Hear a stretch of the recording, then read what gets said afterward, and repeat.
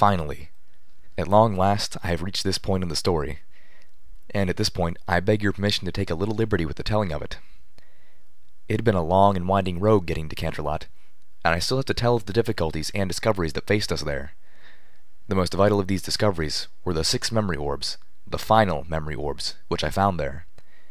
In those memories, the veils began to part, showing me my true place in this world, my purpose in life, and just how everything was going to end. I finally got my first glimpse of my own destiny. That it took so long was probably exasperating, and you might wonder why I didn't just skip to this part sooner. In truth, I have skipped over a fair bit, trying to tell you only the parts of my adventures that were important or exciting enough to keep you reading.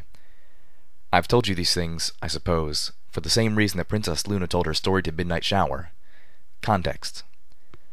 Only with the proper context can you see just how meaningful those memories were, and how they set my hooves on the path that ended with me coming here and doing what I'm about to do.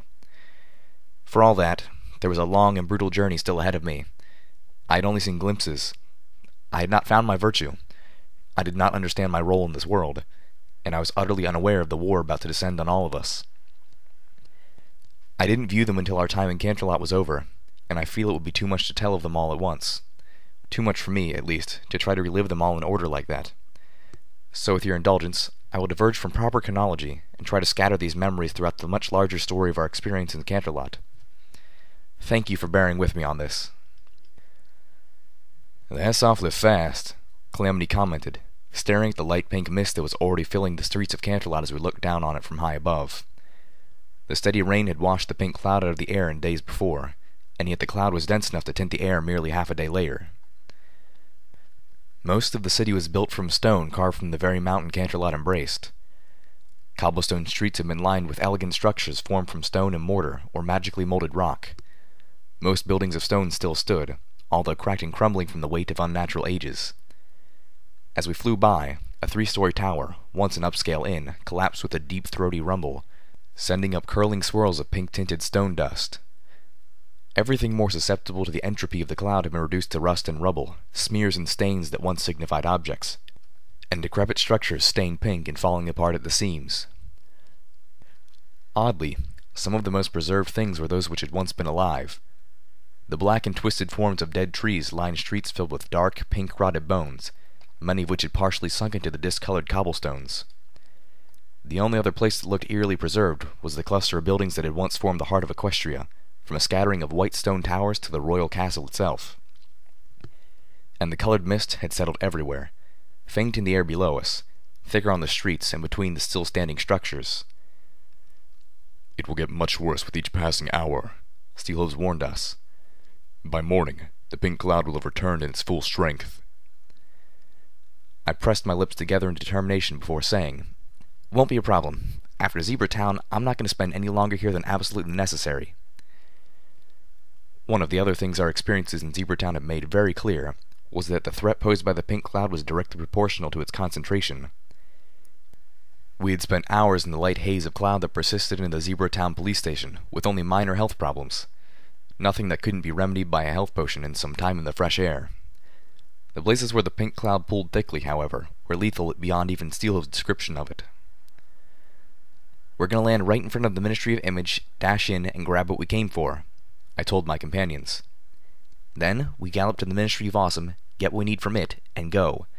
With any luck, we'll be in and out in under an hour." We'd spent the earlier parts of the day helping Glyphmark. Even now, Zenith was still down there imparting all she could about zebra stealth techniques to the young adult zebras. At least, in such a short amount of time. Now the sun was setting, dipping below the clouds to paint the world in hues of fiery orange and bloody red. We hoped to take some advantage of the impending darkness. "Are you sure this place wasn't hit?" Velvet Remedy asked, observing the level of damage that was evident throughout the city.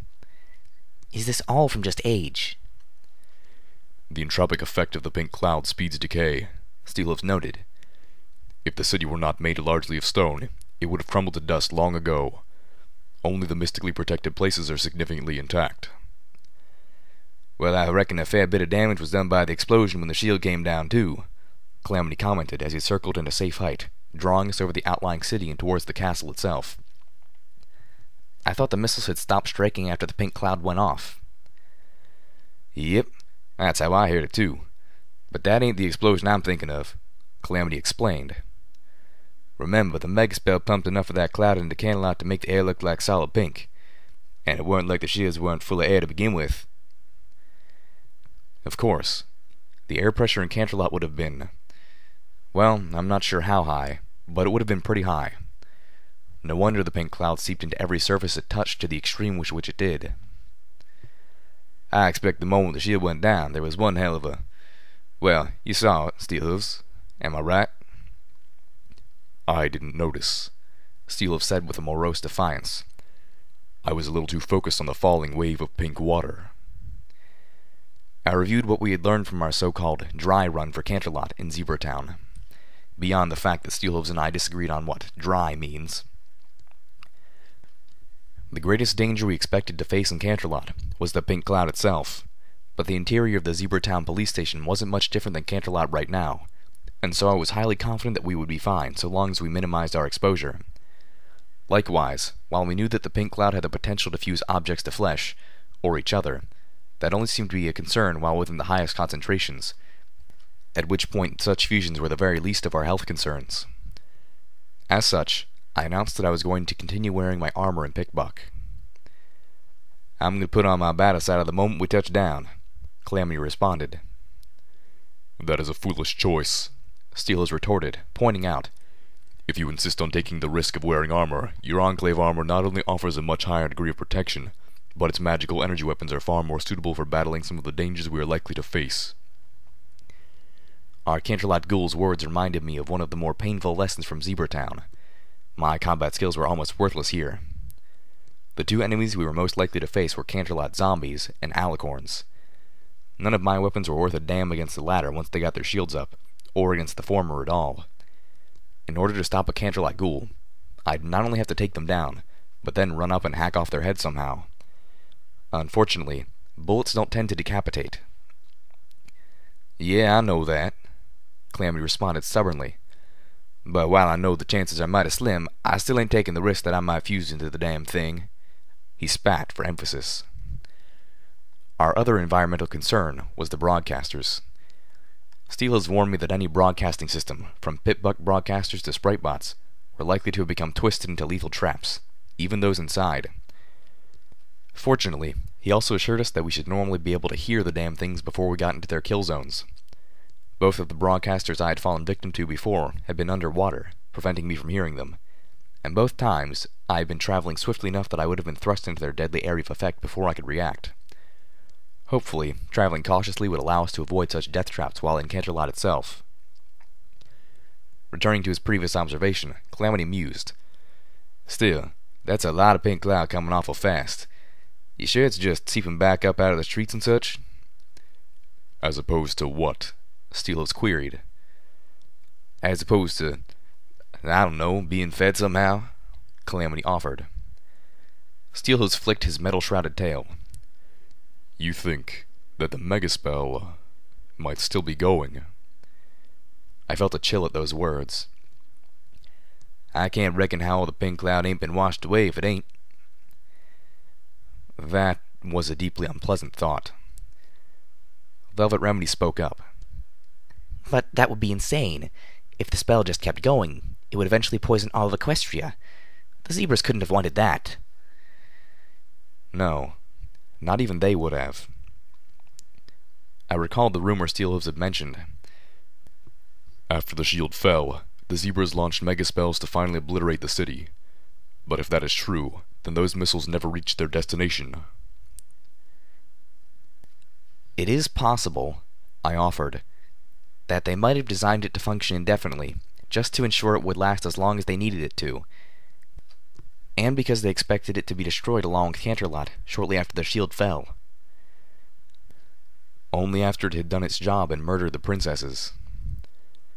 Firelight let out a mournful note. We flew in silence for a few moments more. No, I said, telekinetically snatching the Fluttershy orb away from Velvet Remedy as she brought it out of one of her medical boxes. She gasped as the orb floated away from her. Little Pip, give that back, she demanded, her voice lowering. I frowned but shook my head. You've been losing yourself in this too much, Velvet. It's really beginning to worry me. I'd been letting this go for weeks. After all, her reliance on the Fluttershy orb had seemed to wane after Pilot had joined us. But ever since the Balefire Phoenix had been injured, and Velvet Remedy had neglected a dying pony to save her, my unicorn friend had been turning to the orb with even greater frequency than before. Excuse me? Velvet huffed, telekinetically snatching it back.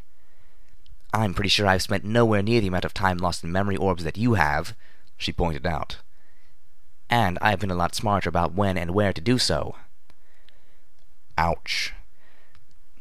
Okay, all true. But at least I'm not viewing the same one over and over and over, I said, trying to sound perfectly reasonable. That can't be healthy for you. Velvet frowned. It's because I like this one. No matter how bad it is out here, I can always find some solace in Fluttershy. I cringed inside. And yes, it is escapism. So is reading a book, she challenged. Would you be so concerned if I read the same book over and over and over? We all have our own little things that help us get through the day, and at least mine isn't self-destructive. I could feel her on the verge of bringing up party-time mint owls, but Velvet Remedy reined herself in, not wishing to cut that deep. Instead, she sighed. This world is horrible, and I don't seem to be doing a whole lot to make it all better. All of my friends insist on risking death and dismemberment on a daily basis. I don't, Steelhooves interjected. Yes, well, you're being an entirely different problem, aren't you? Velvet snapped. My old home was assaulted, those I knew slaughtered, and now we're about to dive into poison at the behest of a psychotic despot who would see the extinction of pony kind. So maybe a little escapism is in order just to keep my sanity. Steelhooves turned towards me but said nothing. I knew my own reasons for wanting to curb her Fluttershy worship, but this clearly wasn't the way. What is that? Velvet Remedy asked, changing the subject with the point of a hoof. I watched her tuck the orb away before turning to see what had caught her eye. The setting sun was passing behind a tall, slender white spire that rose up from the city, taller than the highest tower of the castle, flanked by a pair of marble wings easily 3 stories tall. The light of the sun seemed to ignite a nimbus around the spire as its shadow slashed across the city below. The Celestian Monument, Steelhooves informed us. Princess Luna had it constructed after Princess Celestia stepped down to honor her and her 1,000 years of peaceful rule. Of course. That would be why it's taller than the castle. Velvet Remedy nodded. Luna was making it clear to every pony that she didn't see herself as a replacement for Celestia. Beyond the Celestian Monument stretched a lifeless field lined with ugly dead trees that seemed to reach out of the dirt like grasping skeletal claws. The field was bordered by broken cobblestone walkways. In the center sank a huge rectangular pool of pink-saturated water. Rising opposite the monument was the royal castle itself, a glorious mass of crumbling spires and cracked white stone. The field was flanked by the silent sentinels of 6 preserved buildings standing across from each other like pieces on a chessboard. The Ministries, each now a shadow of their regal, impressive former selves. This was Ministry Walk. "That there's a whole lot of alicorns," Calamity whistled, staring down at the dark forms which swarmed around the far end of Ministry Walk. We had been warned of alicorns in the Canterlot ruins, but I assumed they would be scattered about the city. Instead, they amassed in Ministry Walk. It was almost as if something about the castle drew the alicorns close, like bugs around a lantern. So much for setting down a Ministry Walk. They would be all over us before the Sky Bandit touched ground, and alicorns were yet another enemy that my skill with firearms was pretty much useless against. At least as soon as they got their damn shields up. Alicorns were some of the most powerful and dangerous opponents in the Equestrian wasteland, but at least they'd been predictable. The encounter in Zebratown had changed all of that. In the pink, the alicorns lost their telepathy and their connection with the goddess. Here, they were individuals, and their tactics and demeanor radically changed. Logically, I didn't have enough experience to be sure, but my instincts were telling me to expect these alicorns to be more clever than the ones I'd fought in Appaloosa and Manhattan. Their individuality would allow for more creative tactical thinking. At the same time, they should be less coordinated. And if my suspicions bore out, less magically threatening. With the exception of what I had come to think of as their breed powers, all alicorns seemed to possess the same spells. But the only spell the alicorns had used in Zebra Town, aside from their shields, was a lightning bolt spell, and only one of them had used that. If all of them had possessed the full range of spells normal for alicorns, we would have been slaughtered. Instead, I had come to suspect that the alicorns were all tapping into a common pool of spell knowledge, one granted by the goddess, and when they lost their connection to her, they lost most of their spells as well. Too bad the damn shield spell seemed inherent. "Okay, new plan," I announced. "We land in that cluster of buildings on the opposite side of the Celestian Monument, and we sneak our way in, moving quickly from building to building until we reach our targets. Steelhooves, which one of those buildings is the Ministry of Awesome?" The Ministry of Awesome is the smaller building made of glassy black stone. Farthest up, right next to the castle and across from the Ministry of Morale, Steelhooves answered, adding for clarification, "The Ministry of Morale is the one with the mooring tower for Pinkie Pie balloons." Right next to the castle. Of course it was. I brought up my eyes forward sparkle as Calamity winged us back around the monument and started to look for a good place to land. Directly behind the monument stretched an assemblage of moderately preserved structures adorned with golden rooftops. The buildings were littered over a generous expanse of space that I imagined must have been a park. A small river snaked through it, the water tainted by ribbons of pink, terminating an inner-city lake. "Here we go, everypony," Calamity called as he picked a spot and began to shed altitude. I was thankful for Calamity's warning, even though there wasn't really anything to do but brace ourselves. Velvet Remedy took a deep breath, apparently intending to hold it while we dropped down through the pink cloud. We dropped into the pink. The tint of the sky transformed the sunset into something utterly alien, the red and orange hues shifting into sickly malignant colors. Yay! Well, even with the change of plans, we should be in and out within a few hours. My eyes forward sparkle flashed a location name sent from my Pitbuck's automapping spell. Princess Celestia's School for Gifted Unicorns. A cluster of lights flared up on my EFS compass, none of them immediately hostile. I turned my attention in their direction as Calamity flew us down between the rooftops of the tallest buildings. The lights came from within one of them. I urged Calamity to fly a little lower, just for safety. "Ivory Tower," my EFS proclaimed as we neared the elegant structure with the golden onion. "Graduate studies." One of the uppermost floors of the Ivory Tower had boasted a beautiful multi-story window. During the megaspell attack, mounting air pressure had caused the window to implode, and the whole tower had filled with pink cloud. As we passed, I could see into what had once been a library, the books all long rotted away. The Ivory Tower had become a pooling place. I could see thick wisps of nearly solid pink floating up the stairs from the chamber below.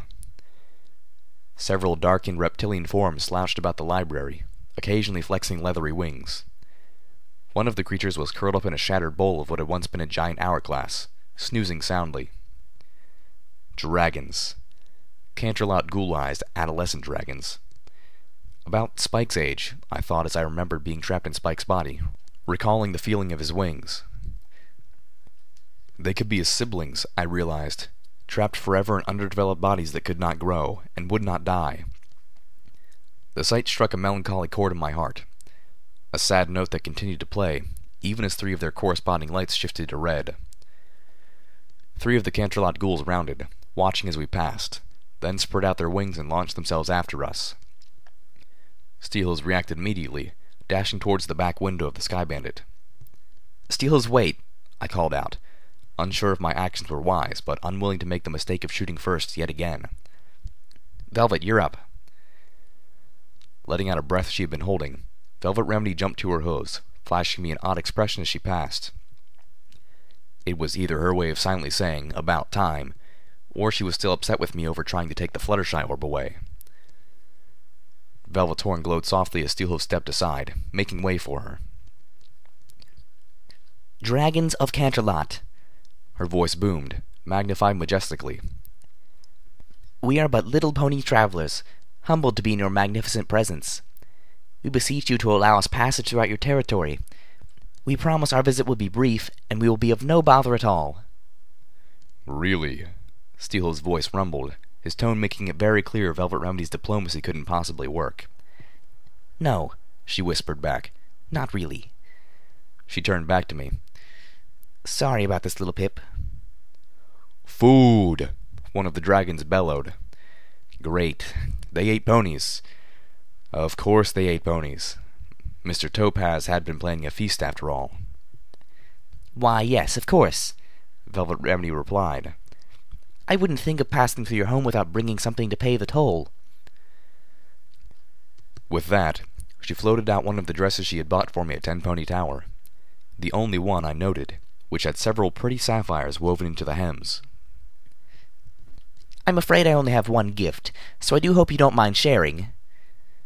She tossed the garment out of the Sky Bandit's back window, and the three dragons immediately scrambled after the gemstone-studded dress. Turning back around, Velvet Remedy smiled and suggested, "Let's go inside before they finish fighting each other."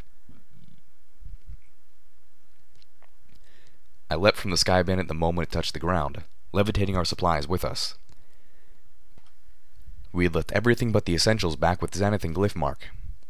Calamity released himself from the harness immediately. "Hey, look," Calamity said, pointing between the nearby buildings at the rubble of Clip-Clop's clipboards a few blocks away. "Maybe we should stop by there on our way back," he suggested as we all began to gallop towards the closest building. "Perfect time to get a blade of armor for the Sky Bandit." "No getting sidetracked. Wait, what?" I blinked at Calamity in confusion. "Yep. Ain't you noticed all the clipboards laying about everywhere?" Calamity asked, flying alongside us. "Darn things are nigh indestructible." I honestly hadn't noticed. But then, I didn't scavenge as relentlessly as Calamity did. Still, clipboards as armor? He had to be joking. "Made out of pure compressed obstinate-tanium, they is," Calamity continued. "Bet you not even Little Mac could punch a hole in one." Obstinate-tanium? There was no such thing as... Oh, I get it now. "Well, sure, the new ones were, but only after they stopped making them out of laid stubbornite." "Careful there," Steelhooves grunted. "The Apple family had a monopoly on stubbornite mines." Velvet Remedy chased behind us, a confused expression on her face. "I thought they were apple farmers," she whispered to Firelight, who was flying alongside her. "Well, shucks," Calamity said. "If some ponies hadn't been hogging all the stubbornite for themselves, maybe they wouldn't have had to run out like they did." "I'll have you know that Applejack never once hogged stubbornite," Steelhooves countered. "She used every bit she had." I blinked, mouth hanging open. Did Steelhooves just make a joke about Applejack? Wow, that was new. A wave of pain blasted through my head as I reached the steps up the building door, my EFS flashing the name of the building amidst medical warnings. I felt like there was a vice tightening around my horn. My vision blurred and my ears began to ring. I stumbled back and the pain immediately faded. "Whoa," I called out, holding out a foreleg to stop the others behind me. I wasn't quite fast enough. Calamity didn't stop, flying right over me and slamming through the door. As soon as the door was open, I could hear the static. Calamity was halfway into the lobby beyond when he landed, staggering and spun about. I could see blood beginning to seep out of his ears and the corners of his eyes as he turned to look towards us, his face grimacing in pain. Then he looked up above and bit at the air. I could see his bloodied eyes widen as he realized he wasn't wearing his battle saddle. Wobbling, he shouted out, pointing above the door, "Little Pip, right there." Then he toppled to his knees. I dashed inside, drawing little Macintosh from its holder, ignoring the explosions of pain in my head and the sudden tint of red in my eyes. I spun around, instantly spotting the school's public address speaker built into the wall, just above the bust of the goddess Celestia that looked down at us from above the door. Blam! My first shot missed, digging a hole in the wall near the speaker. My vision was getting rapidly worse, and I couldn't use my targeting spell. It didn't recognize the speaker as a target. There's nothing for it to lock onto. Blam! Blam! My second shot shattered Celestia's face. The third hit the speaker, which finally exploded in a shower of sparks. The sound of static softened, but still remained. The pain didn't go away. There was at least one more speaker in here. I looked around, but my vision was swimming in red. I couldn't see anything. The ringing in my ears drowned out nearly everything else. I could barely hear the explosions all around me as I lost my equilibrium and fell onto my side, my vision fading to black. My vision cleared again, almost instantly, leaving my ears softly ringing and a comparatively minor headache beating my brain.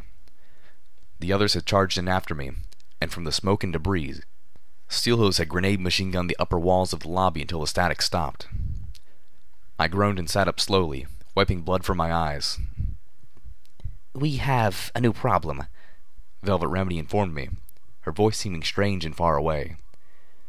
I blinked at her, trying to clear my vision, then looked towards the entrance where she was pointing. A shield spell had descended over the front door. Apparently, shooting up the lobby in Celestia's private school of magic triggered defenses. We made it up to the 3rd floor before finding out that the stairwell to the next level had caved in, forcing us to cut through the classrooms to reach the stairwell on the opposite side. My plan to avoid detours was off to a bad start. I pushed open a door, checking my EFS for hostiles, then made my way into the classroom. The building was old, but mercifully free of pink cloud, allowing us to proceed cautiously. We were operating under the assumption that the administrator's office was on the top floor, and would have a terminal capable of shutting off the shields locking us inside. At least, that is what we assumed the large space at the top of the tower was meant to be, based on a map which had decorated the lobby's back wall. A map which had lost large chunks under Steelhove's grenade barrage. Even in its state of decay, the room was elevated by touches of glass that set it apart from the buildings outside of Canterlot. Filigree in the walls and furniture, the tattered remains of rotting banners, the cracked marble tiles of two-tone blue checkerboard floor. I paused, staring at the globe tucked in the corner, the continents beginning to peel off of its surface. Strangely, I'd always considered Equestria to be flat. I looked around. The last lesson taught in this room was apparently astronomy, as the chalkboard still bore a diagram of, if I was reading it correctly, the single path on which the sun and moon circled our world. This was not something the science classes in Stable 2 had covered. We had learned instead about mechanics and robotics, arcane science and spellcraft. I had sometimes pondered where the sun went when Celestia put it away, imagining it was all hidden beneath us, possibly taking a nap. If this diagram was true, then Celestia was sending it to another part of the world to make it day, someplace else. I wondered if that was the faraway land where the zebras lived, or maybe the place where the dragons originally came from. Did that mean that Nightmare Moon had locked them in eternal day, slowly roasting them alive?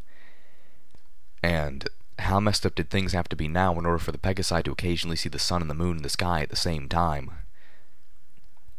"Unbelievable," Velvet Remedy intoned.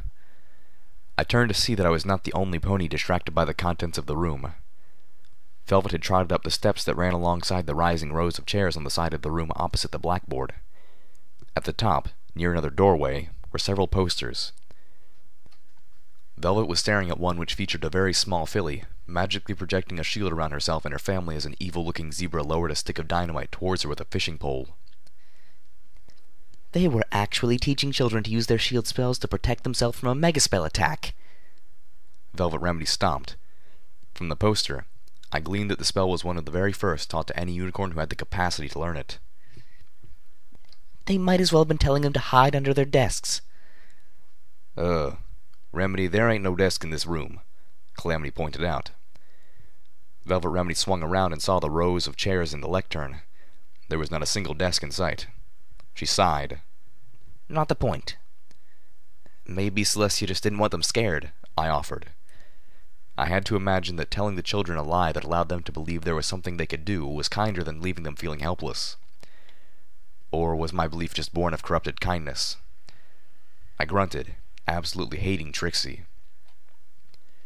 Red lights started to pop up on my EFS compass, several of them converging on the door next to Velvet Remedy. "Velvet!" I hissed, motioning her towards me before pointing warningly at the door. Calamity, now wearing his battle saddle, flew into position, covering the door. I whispered up a prayer to the goddess Celestia that ended up becoming more of an apology for shooting her in the face. The door opened, and I felt myself go numb. It was a small, canterlot ghoul-eyed unicorn child. Her school filly uniform melted into her flesh. There were several more behind her, all colts and fillies, locked in the endless routine of going to and from their exams. Until they spotted us, and the air filled with a sound more horrifying than any I could imagine. A wordless sound of unadulterated and monstrous aggression from a chorus of achingly childlike voices. No. Celestia have mercy. I was frozen, my eyes locked onto the monster children. I couldn't do this. Calamity fired, the twin bullets from his battle saddle tearing into a filly's head, blasting most of her brains onto the Remember Your Shield poster. Turning to the rest of us, he yelled, "What are y'all waiting for?" I knew they weren't really children. I knew they were, at best, feral animals, and that they would kill us if we didn't fight or run. But my body refused to do either. Calamity fired again. Next to me, Velvet cast her anesthetic spell on a young colt, only to moan as the spell had no apparent effect. Even Steelhooves seemed to have faltered for a moment, but now I heard the ports of his missile launcher opening. Whoosh. Kaboom. 2 rockets fired at an upward angle and exploded against the ceiling, bringing large chunks of it raining down on the creatures, children, below, along with half of a row of chairs from the classroom above us. I stumbled back as 2 colts and a filly were crushed under the collapsing ceiling, the little pony on my head sickly wondering if that had killed them or just inconvenienced them even after the lights went out on my EFS compass. "Little Pip," Steelhooves commanded, "get us up there." Up there? I felt like I was thinking through sludge. "Now," he bellowed, snapping me out of my stupor. Calamity swooped past me, firing again as another Canterlot zombie colt galloped through the open door and leapt over the rubble towards us. The twin shot hit the monster child in the side, knocking him back into the chairs. I wrapped my levitation field around the rest of us, and levitated us up through the ceiling. Behind me, I heard the sinister warping sound that signaled one of the fallen cloud children was rising back up, filled with necromantic life. I poked my head out of the classroom, looking both ways down the corridor. I kept expecting the zombie children to appear, but there were no hostile lights on my EFS compass. I couldn't tell if they were trying to get up to this level, or if they had ceased pursuing us the moment they could no longer see or hear us. Literally out of sight, out of mind. The hallway provided a new danger. The air was filled with a pink haze, which grew thicker towards a ventilation grate in the ceiling. I could just make out the large metal fan behind that grate, warped and fused with the metal of the shaft itself. The dense patch didn't look particularly large, but it was slowly growing. "Steelhooves," I instructed, closing the door. "We need you to scout ahead. Find the shortest path into another cloudless section of the building." The Steel Ranger outcast nodded. I opened the door long enough for him to gallop through, then closed it again. "Hey, Pip," Calamity said, his voice almost a whisper. "I'm pretty sure one of the first Ministry buildings is the Ministry of Magic. I'm thinking we should pop in there and grab ourselves some proper magical energy weapons, just in case we have to deal with a bunch more Canterlot ghouls." Here we go," I sighed, groaning inside and forcing myself not to face off. "Well, magical energy guns are a mite better against the Canterlot ghouls than what we're packing. Steals aside, that is," Calamity reasoned, altogether too reasonably. "And we shouldn't be relying on him to bring down the house every time we face more monsters." "And for that matter," Velvet Remedy chimed in, "we really need to stop in the Ministry of Peace. It's right across the way, and we could definitely use the medical supplies. Especially if you end up fighting with those alicorns." "Of course we do." I turned to both of them. "Look, the more sightseeing we do, the longer and more dangerous this trip becomes. We're already taking far longer than I wanted to just to get out of the first building." "All the more reason to get extra medical supplies while we can. You know the Ministry of Peace will have supplies somewhere." I nodded. "Somewhere. That's the problem. You're not talking about a brief stop, either of you. You're talking about exploring those buildings." Velvet Remedy nodded. "I know that, and I know it's dangerous, but I'm worried." "No, you just want to see Fluttershy's Ministry." Velvet took a step back, feigning a wounded heart. My expression was unmoving. Okay, fine. Yes, I do. But I am also worried. She insisted. About Steelhooves. Steelhooves? Calamity echoed. Why are you worried about him?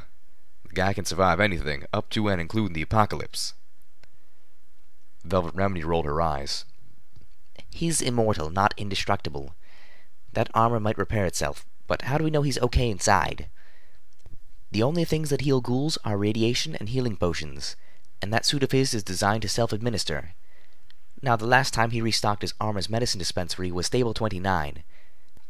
And since then, he's been shot through with anti-tank rounds, fallen a few hundred feet, and gone through whatever he was put through in Zebra Town.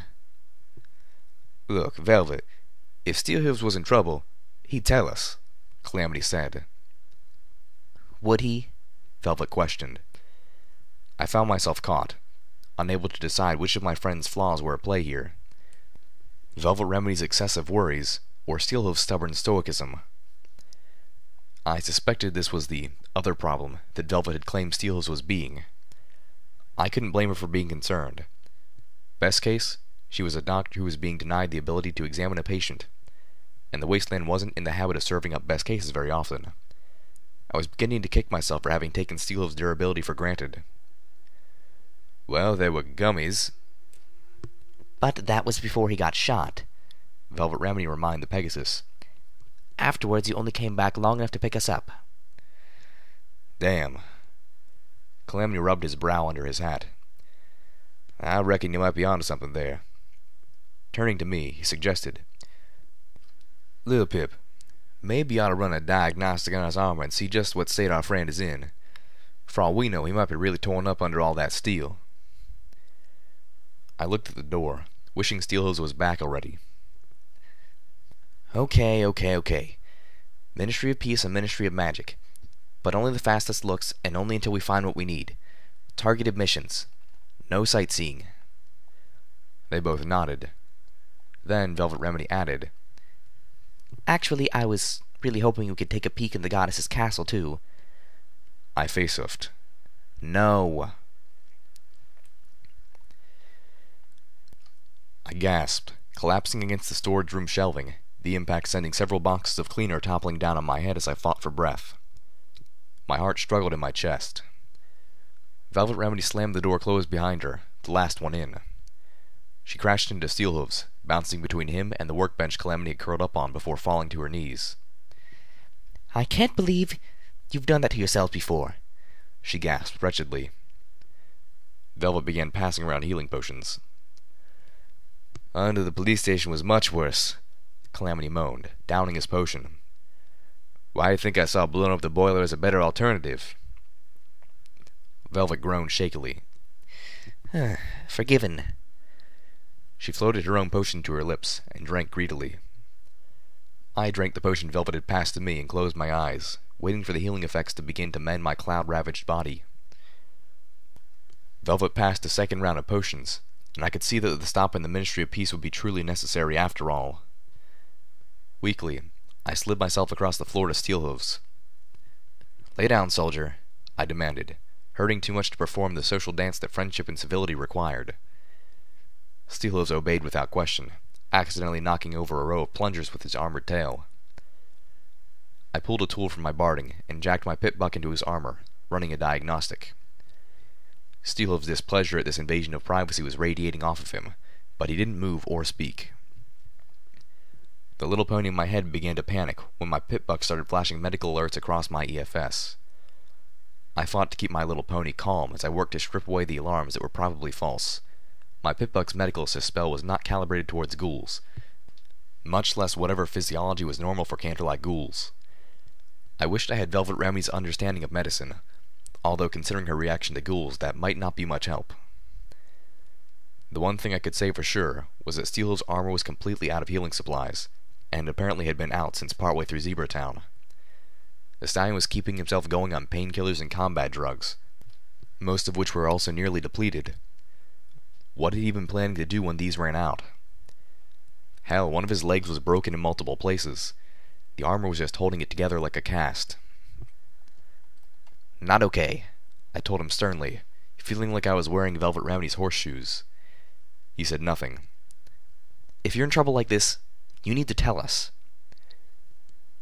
I'll be fine, he finally said. But I noticed he wouldn't look at me when he said it.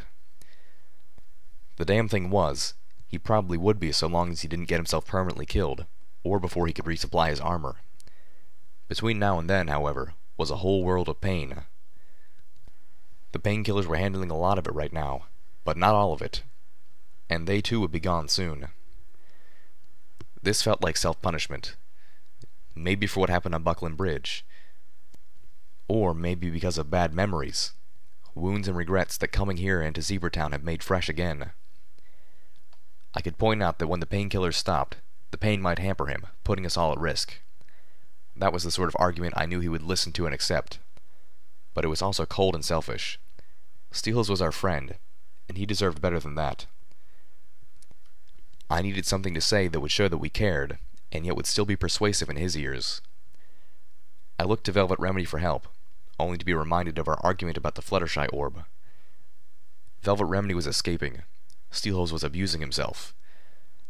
I looked up at Calamity, and wondered if he was doing any better.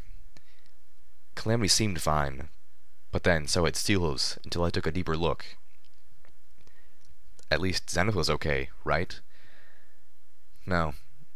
Zenith never really seemed okay. After what she had been through, I would be surprised if there was an okay in her world that even vaguely resembled the one in our own. Her freak out of being bitten was still fresh in my mind, but at least she was getting better, I thought, rather than worse. Although at the time we had left, Zenith had still not admitted to Zephyr that she was her mother. Was that just Zenith being a zebra? Or was it a warning sign? Something else I had missed?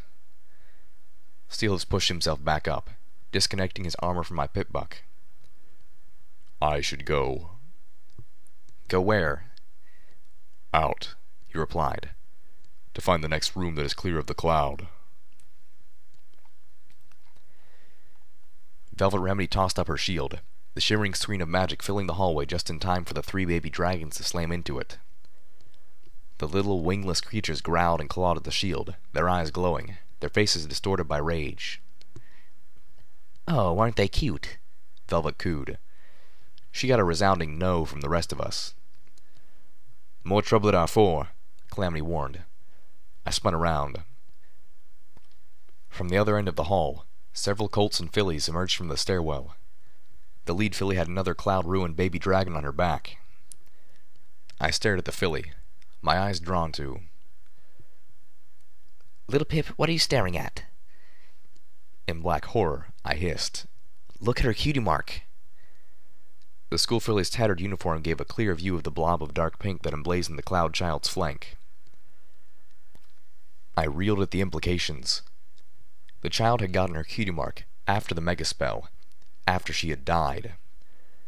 That the cloud had transformed the poor little filly into an undying monster was horrific enough, but somehow the idea that it had warped and corrupted her to the point that the pink cloud had stolen from her what should have made her special, and replaced that with itself, was somehow so much crueler, so much more abhorrent. The child horror lowered her head, her horn glowing a violet pink. Thick wisps of pink cloud snaked out of the air around her glowing horn, swirling as it filled the corridor.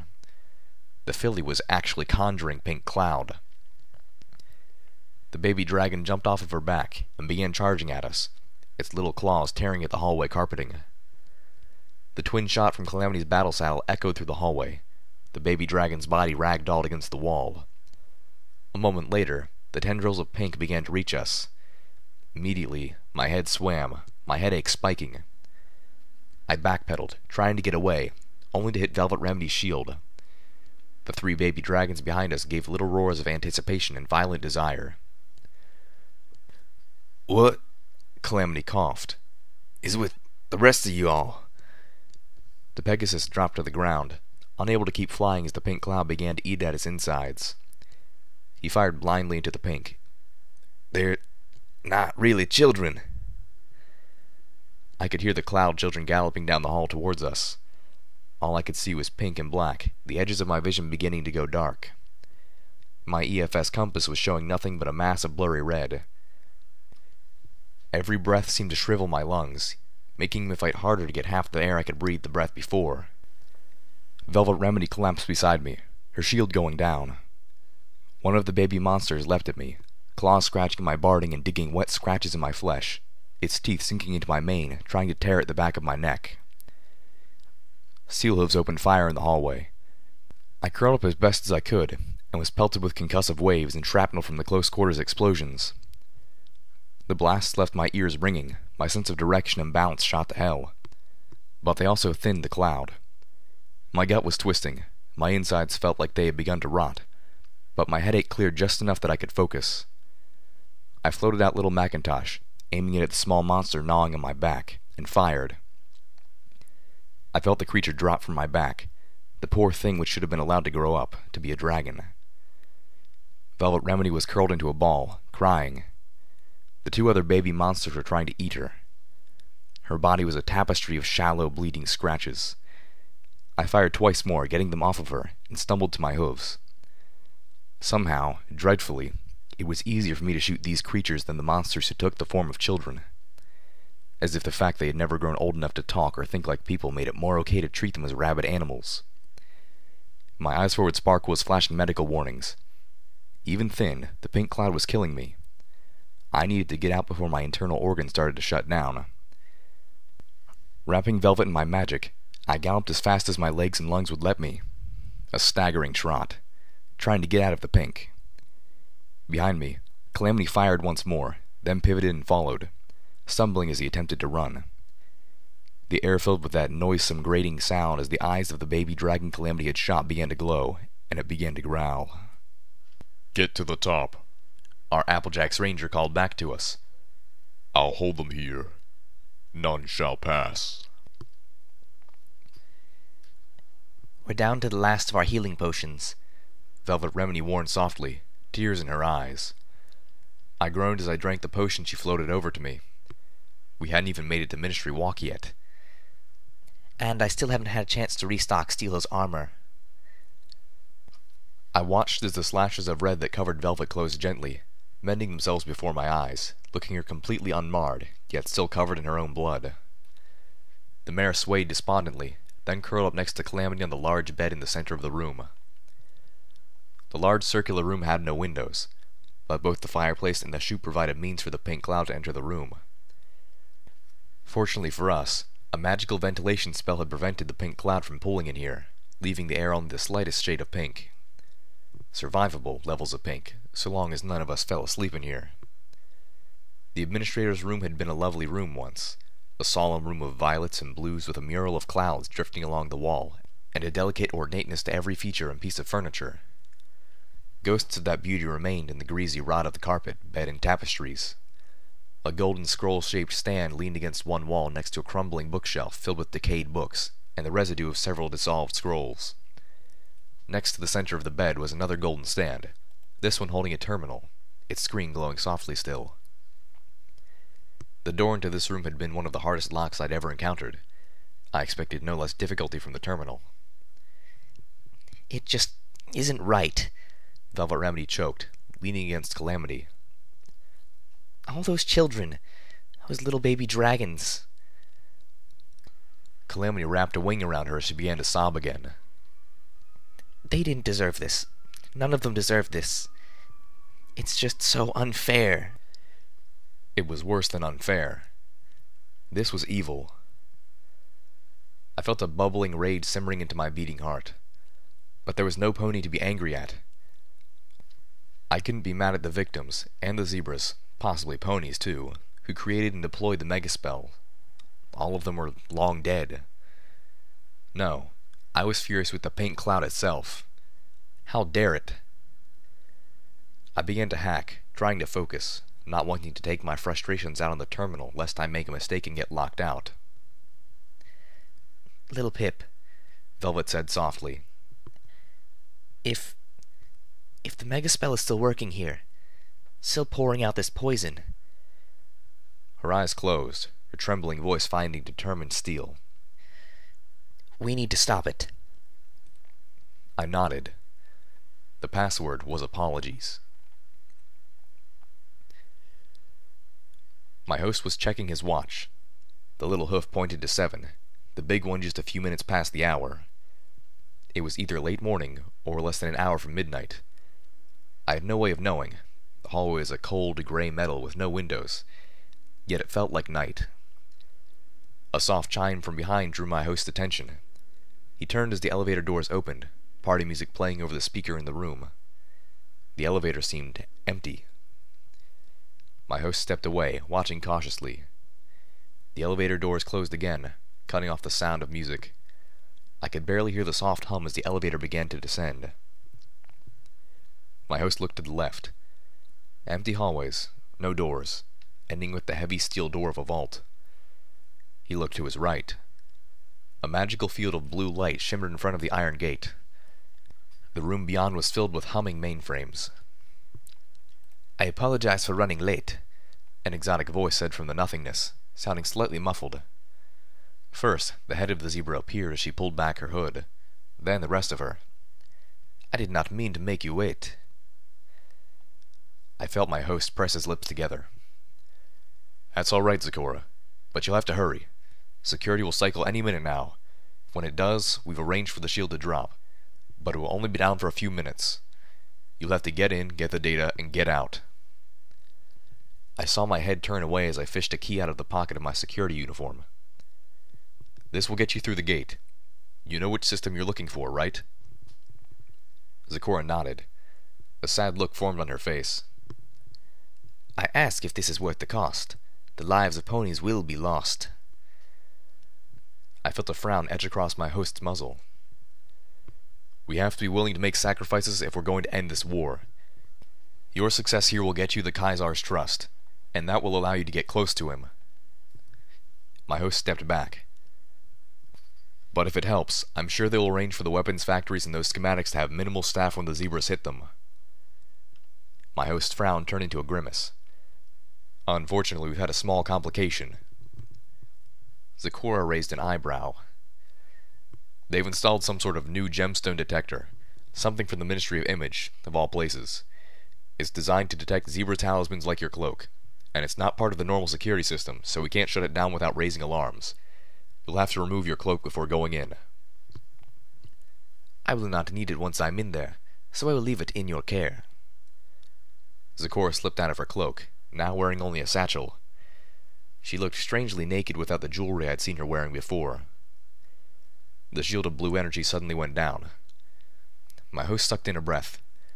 "Quickly, strike me down. Hard."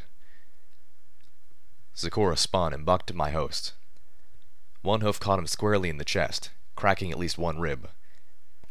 The other sank hard into the soft flesh of his neck. Zecora's eyes widened as I collapsed, choking, fighting for air. She had clearly not intended to land a possibly fatal blow. My host waved her on, coughing and fighting to remain conscious. Zecora galloped down the hall. I heard her unlock the gate and pull it open, but my vision was blurring. I sat there, fighting harder and harder, trying to breathe, air struggling to get through my throat into my chest. I heard the chime behind me. The door opened and an apple-green stallion in tuxedo barding stepped out, looking around. Applesnack. The moment he saw me, his eyes widened, then narrowed, taking in the discarded zebra cloak nearby. "Damn it! I knew something felt wrong." He looked up, observing the open gate and disabled magical shield. "Hold on, Buck. I'll get..." Applesnack froze, his voice silencing abruptly as Zecora rounded the mainframes, heading back. "You..." Applesnack stepped into a battle stance as Zecora stopped short. "You..." Applesnack called out, fury in his voice. "Applesnack," Zecora said, failing to rhyme, her eyes growing wider. "She trusted you. She let you into our house, and you betrayed her?" Applesnack was striding slowly forward. "I opened my heart to you because she wanted me to. I even began to trust you. To like you. A zebra. How could I have been so stupid?"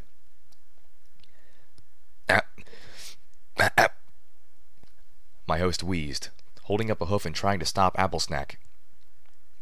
Don't... but there was almost no sound to my voice. We, struggled to get up, but our hooves wouldn't work. I realized we really were dying.